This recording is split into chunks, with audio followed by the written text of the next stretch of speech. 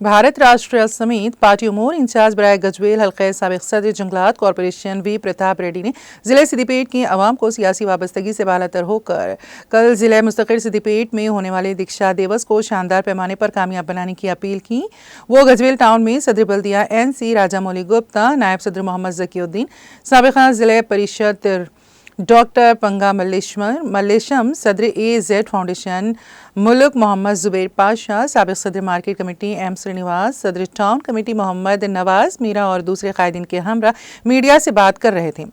उन्होंने कहा कि साबिक चीफ मिनिस्टर के चंद्रशेखर राव ने अपनी जान की बाजी लगाकर अलहदा रियासत तेलंगाना को हासिल किया।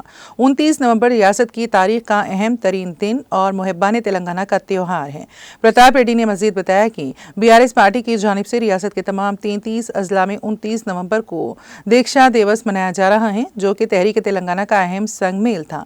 साबिक चीफ मिनिस्टर के चंद्रशेखर राव ने अलहदा रियासत तेलंगाना की तश्कील का मुतालबा करते हुए 29 नवंबर 2009 से अपनी गैर मुयन्ना मुद्दत की भूख हड़ताल का आगाज किया था, जिसके नतीजे में नई रियासत तेलंगाना की तश्कील की राह हमवार हुई थी। उन्होंने दीक्षा दिवस को तेलंगाना रियासत के अवाम की अजमत और वक़ार की अलामत करार दिया।